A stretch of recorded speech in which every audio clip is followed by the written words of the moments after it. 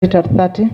The 20 is a capital gain in words. Ebyabaho mu katiko k'ishengyero k'ebyesente karukurwa Honorable Amos Kankundo b'ekitongole kya finance ababebembirwe Minister Musasizi hamwe n'aba URA bebembirwe okubakurra John Musinguzi oba abantu bashoboreremu aha mishoro eibariyo nibareeta petrol and diesel. Omishoro egi harimu ogw'okuguza itaka ogw'obucweka butaano ahari igana aha buri magoba kandi omushoro aha majuta bongireho shiringi 100, parafini bayongeraho shiringi 100 na diesel shiringi 200. Omushoro aha by'okwombekyesa nka white cement bayongeraho shiringi 5, lime shiringi 5 hamwe na adhesives shiringi 5 kandi omushoro aha agent banking abarikwihayo nibaza kuba nibabiihayo ebicweka bitaano ahari igana. Oyinza kubagwe ng'olina ettaka lyo n'oyagala kulitunda.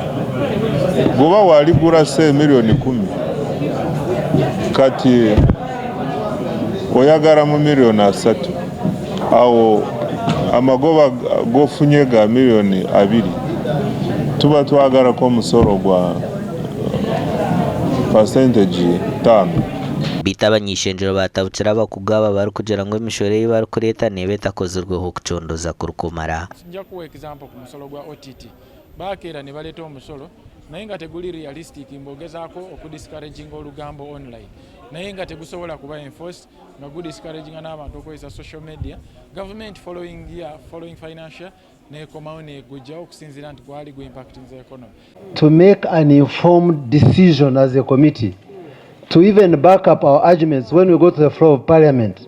Now, can we have those research if they are available? Can I request the Honourable Minister to table them? Abany'eishengyero nibagira ngu omushoro n'obugurabe nigushorozebwa bitu tiine eki gukozire kandi emishoro ei barikureeta egumire. Omushoro waza kugijerekera abanya-Uganda bo benka bashemeye kubanza bacenga omushoro.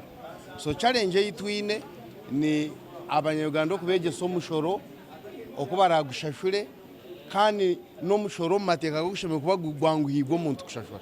So ebintu tukubireta nintekereza ngu itwe twanguha kubishuka abantu bemarema kucenga.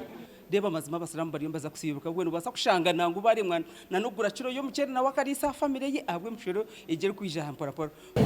Okusasula omusolo kye bayita tax compliance mu Lungereza kibadde wansi ennyo. Kwegamba n'omusolo gwe tubadde tutwala mu bukyamu ogwandibadde omusolo gwa government naye nga tugutwala mu bizinesi zaffe ne tuguyita amagoba.